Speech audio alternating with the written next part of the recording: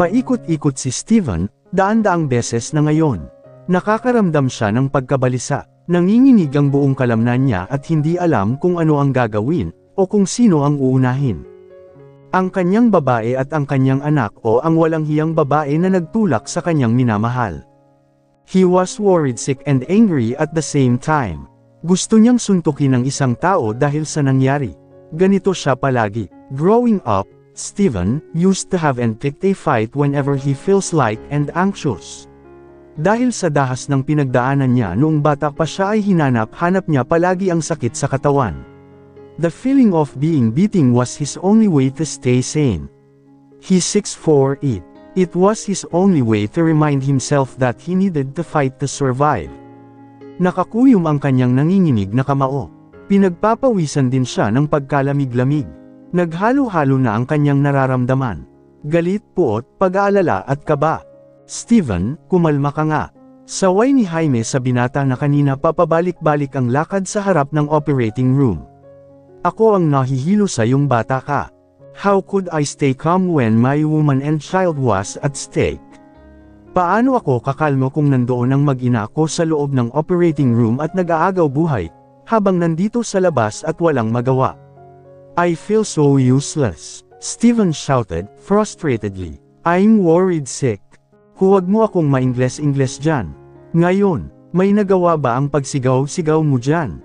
Jaime questioned calmly. Wala tayong magagawa kundi ang maghintay at magdasal, na walang may mangyaring masama sa anak at apo ko. Umupo ka muna dito at pakalmain mo ang sarili mo. Inihilamos ni Steven ang mga palad sa kaumupo katabi ni Jaime na may hawak na rosaryo. He frustratedly raked his hands to his hair and pulled it a bit. I'm worried, Ty, Steven said in low voice. Naninikip ang kanyang dibdib tuwing iniisip ang kanyang mag-ina. It's my fault. Kung sana hindi ko iniwan si Althea na mag-isa. Kung sana isinama ko na lang siya, none of this would happen. I'm so careless. Napatingin si Jaime kay Steven na may pag-aalala at sabay na nagulat. Ito ang unang beses na nakita niyang balisa at hindi mapakali. Alam ni Jaime kalmado palagi ang binata.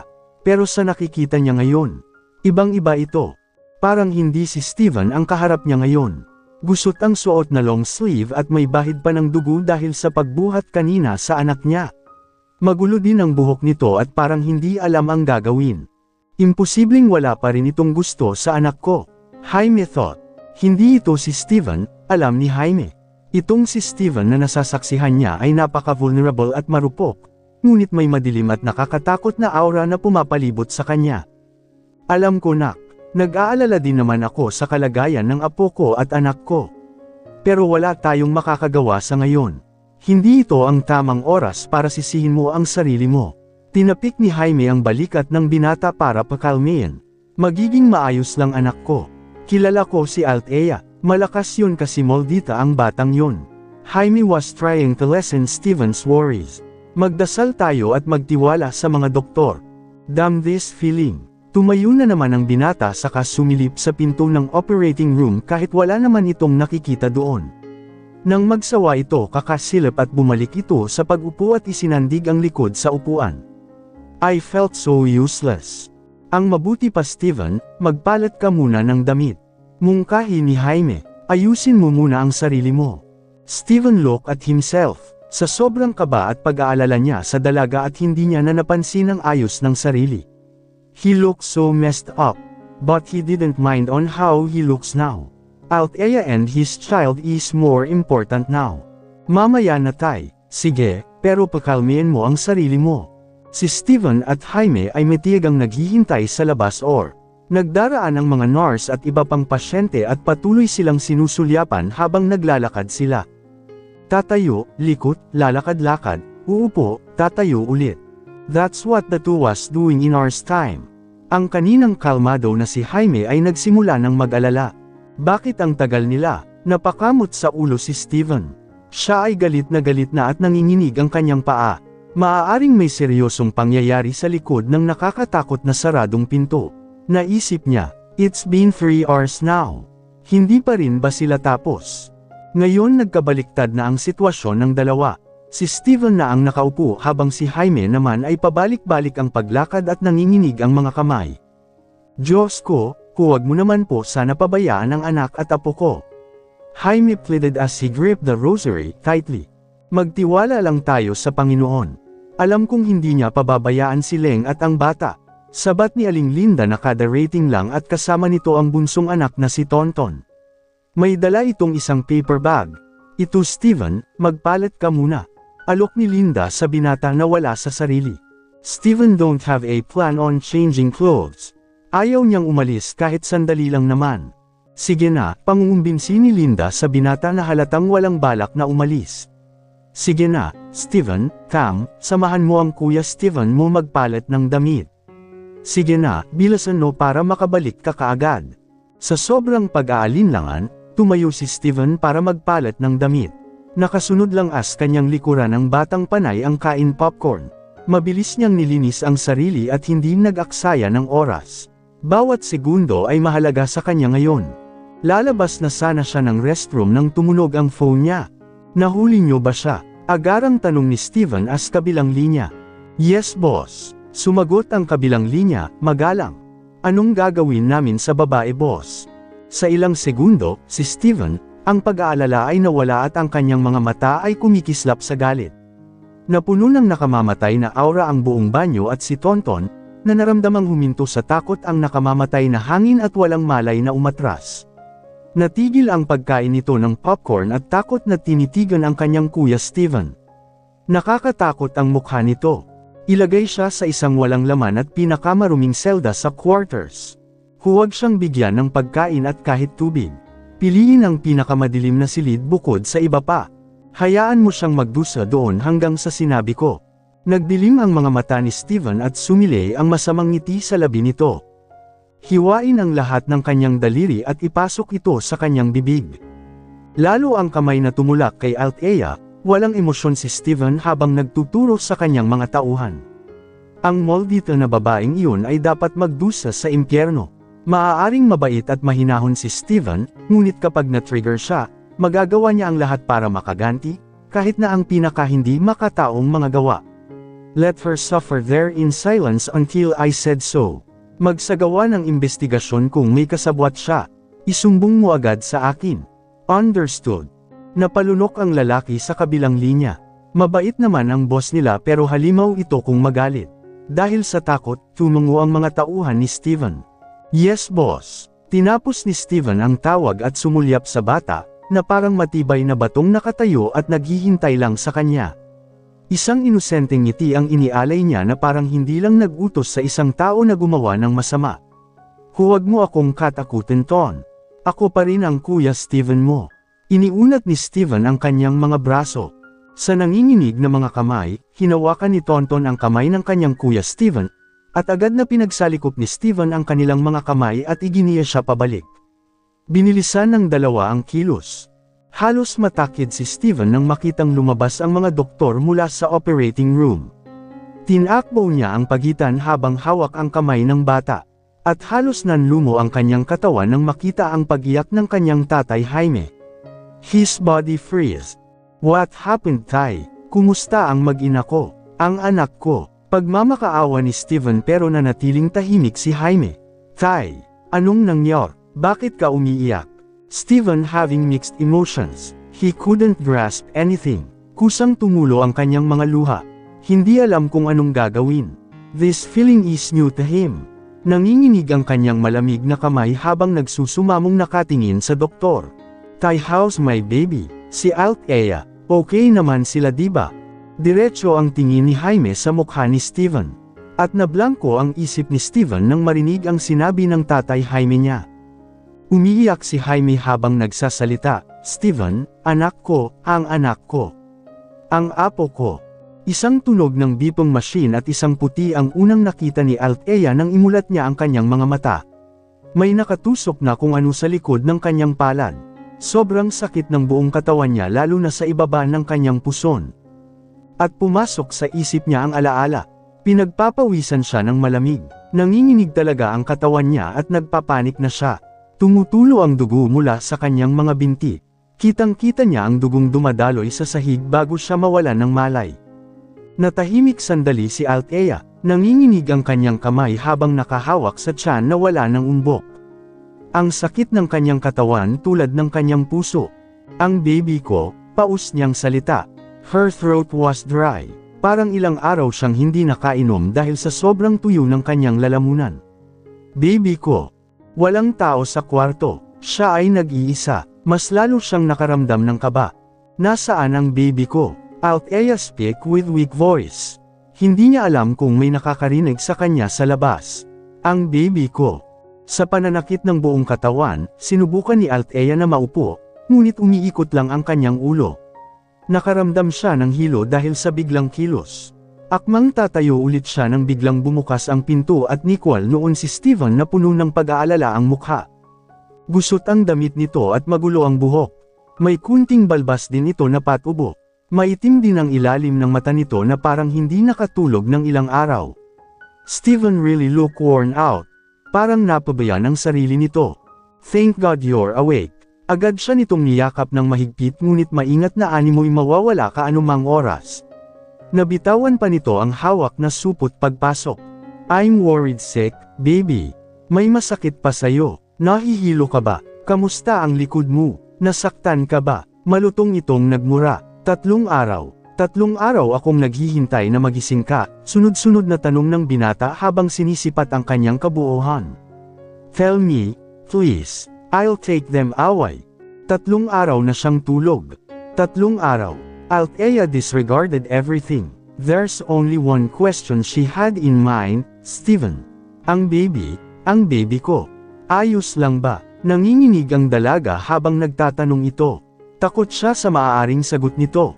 Bakit wala na ang baby ko sa tiyan? Saan nila dinala ang baby ko Steven? Steven, and baby ko. Natahimik muna ang binata bago si haplosan sa pisngi. Bakas sa mata ng binata ang pagod. May sinasabi ang mga mata ni Steven na nakakadurog ng puso niya. Kinabahan lalo ang dalaga. Steven ang baby ko. Nagsusumamo ang mga mata ni Althea. Calm down first. Okay, kailangan mong pagpahinga. You were in coma for 3 days Althea, hinalikan ni Steven ang noo ng dalaga. I'll call the doctor. Higa ka muna dito. Si Althea ay galit na naghahanap ng kung ano. Gusto niyang makita kung nasaan ang anak niya, pero pinipilit siya ni Steven na magpahinga at iniisip ni Althea na may nangyaring masama dahil sa kinikilos ni Steven. No, hindi ako magpapahinga. Althea tries to stand up and go down. Kahit masakit ang kanyang katawan pilit niyang makabangon. Dalhin mo ko sa anak ko Steven. Isang luha ang tumulo sa kanyang mga mata habang nagmamakaawa. Please, ang anak ko, Steven. Pilit na tinutulak ng dalaga ang binata na mahigpit ang hawak sa kanya upang hindi siya makabangon. Steven's touches were firm yet gentle, as if he's afraid of hurting me. Althea no, baka bamu ka ang tahi mo. Malumanay ngunit mapang-utos ang boses ni Steven. Humiga ka na lang muna, please. Hindi. Pilit tinanggal ng dalaga ang hawak ng binata. Pupuntahan ko ang anak ko Steven. Nasaan siya, please, gusto ko siyang makita, please, Steven. Umiling ang binata, magpahinga ka muna Althea. Napalitan ang malumanay na boses ng binata, at tumaas ito nang sinubukan niyang tanggalin ang dextrose na nakakabit sa kanya. Don't pull that, baby. Please, Tay. Call the doctor. Tatay. Steven was shouting for help. Call the doctor Tay. Hinarap siya ulit. Mamaya dadalhin kita. Please just calm down. Hindi makakabuti sa lagay mo ang ginawa ko, Althea. Please. Althea was trying to get away Steven's grip but not to avail. Talaga hinawakan siya nito ng mahigpit. Maya-maya pa ay may isang doktor ang pumasok sa kwarto at 2 nurse. Kasama din ang kanyang tatay na puno ng pag-aalala ang mukha. Althea was still trying to stand up when she felt something was being injected to her making her pace slow down. Steven's face was her last thing she saw before falling into oblivion. Mawalan siya ng ulirat dahil sa tinurok sa kanya. Hindi niya alam kung ilang oras siyang nakatulog pero nagising na lang siya na parang pinipisil ang kanyang kamay. Binuksan ni Althea ang kanyang mga mata. Isang humihikbi na si Steven ang una niyang nakita. Hawak nito ang kanyang kamay sa kamahinang humihikbi. Steven looked so worn out. Parang wala pa itong pahinga sa hitsura. Steven, tawag niya gamit ang mahina niyang boses. Lihim na pinahid ni Steven ang kanyang luhas saka masuyong ngumiti sa dalaga. Hey, Steven responded, may masakit ba sa katawan mo? Kinagat ni Althea ang kanyang pang-ibabang labi. Hindi alam ni Althea kung bakit pero naawa siya sa lagay ng binata. Bigla tuloy siyang nakonsensya sa pagwawala niya kanina. Umiling si Althea, nauuhaw ako. Agad naman na binitawan ng binata ang kanyang kamay sa sumangot, wait here. I'll get you some. Kumuha ito ng tubig saka bumalik sa kanya. Inalalayan siya ng binata para makaupo. Careful. Althea carefully sit. Ang hina ng katawan niya kaya nakaalalay ang binata sa kanya. Are you hungry? May gusto ka bang kainin? Umupo si Steven sa tabi ng kama ni Althea saka hinaplos ang buhok niya. Pinakatitigan ni Althea ang pagod na mukha ng binata saka masuyong hinaplos iyon. Steven was trying his deepest hard not to cry with the gestures. He's been looking for the warmth that Althea could only give. Ayos ka lang ba? Parang hindi ka natutulog.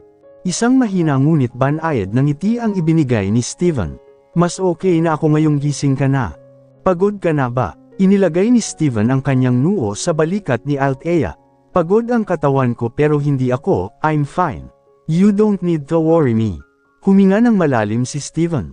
Tatawag muna ako ng doktor para ipa-check up ka. Okay. Ang akala ni Althea ay lalabas ang binata para tawagin ang doktor, pero kinuha lang nito ang cellphone saka may tinawagan. Sandaling nag-usap ang binata saka ang tinawagan nito bago ibinaba ni Steven ang tawag. After calling Steven, again Saturday beside Althea. Nasaan pala si tatay? Tanong ng dalaga. Gustong tanungin muli ni Althea ang kanyang baby pero may pumipigil sa kanya. May binabantayan lang, tipid na sagot ni Steven. Mamaya pupuntahan natin si tatay. Tumango lang ang dalaga saka sandali pa'y dumating na ang doktor at inisikaso siya. Nasa tabi lang niya ang binata habang check siya ng doktor. Sinabihan lang sila ng doktor ng mga dapat at hindi dapat gawin bago umalis.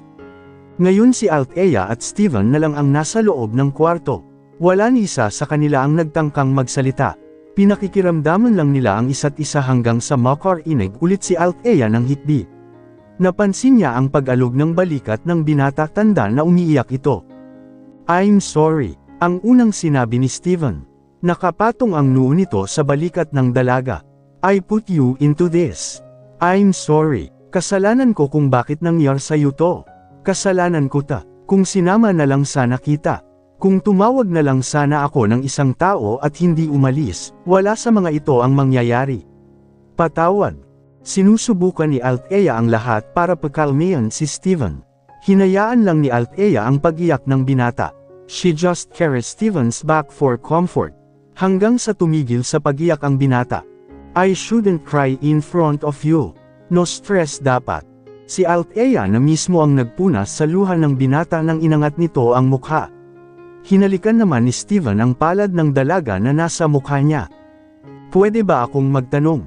Althea asked slowly. Steven nodded immediately so Althea continued. Pwede bang ikwento mo sa akin ang nangyari bago ako mahimatay? Ngumiti si Steven ng matamis sa kanya kaya nakahinga siya ng maluwag.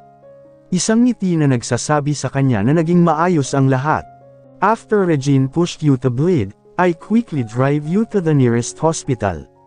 Mabuti na lang at may nakastandby na Themas sa tabi. Panimula ng binata. I was worried as hell when I lift you up, and blood was dripping from you. Halos hindi ko may hakbang ang paa dahil sa sobrang kaba, sinandal muli ni Steven ang kanyang noo at nagpatuloy. I was driving furious and running like a madman just to take you at hospital in time. I'm relieved when doctors aid you. Huminga ng malalim ang binata. Pero sabi ng doktor, kailangan mong sumailalim sa operasyon para mailabas ang baby natin sa lalong madaling panahon.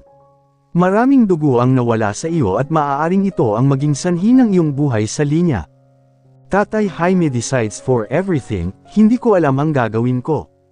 Takot na takot ako Althea, ako ay nasa bingit ng masiraan ng ulo. Nagsimulang humagulgol si Steven at napaiyak, at nang lumabas ang doktor mula sa operating room, at sinabi sa amin na ang sanggol ay wala ng buhay. Nahimatay ako. Akala ko wala na ang anak natin, I thought our baby, pero nang magising ako, malapit pa akong mabatukan ni tatay. Steven chuckled at that, so as Althea, hindi ko daw pinatapos ang sinabi ng doktor bago ako mahimatay. Bumuntong hininga si Steven bago sumangot. Nasaan ang baby natin? Kinakabahan na tanong ng dalaga. Nasa ICU siya for newborn babies. Sagot ni Steven, premature ang angel natin, kailangang alagaan, talaga. Nandoon si tatay ngayon, binabantayan ng anghel natin. Isang luha ang lumabas sa mga mata ni Althea na agad namang pinunasan ni Steven. Stop crying, baka ma-stress ka, bawal sa'yo sabi ng doktor diba? Masaya lang ako na maayos ang anak natin. Nakangiti at humihikbi si Althea. She looks like you, haplos ni Steven sa pisngi ng dalaga. Our angel is really pretty. Althea smile, gusto ko siyang makita. Anong pinangalan mo sa baby natin? Imbes na sumagot, tumayo si Steven saka may kinuha sa drawer saka inabot ito sa kanya. Hinintay kitang magising para makapagdesisyon ka, kung anong pangalan ang dapat nating itawag sa baby natin? Eto, ikaw ang magdedesisyon ng pangalan. Kinuha ni Althea ang papel at iniisip ang pangalan. Hindi siya nakapaghanda ng ipapangalan dahil hindi pa naman niya kabuwanan. Kaya, isulat na lang niya ang mga pangalan na unang pumapasok sa isip niya.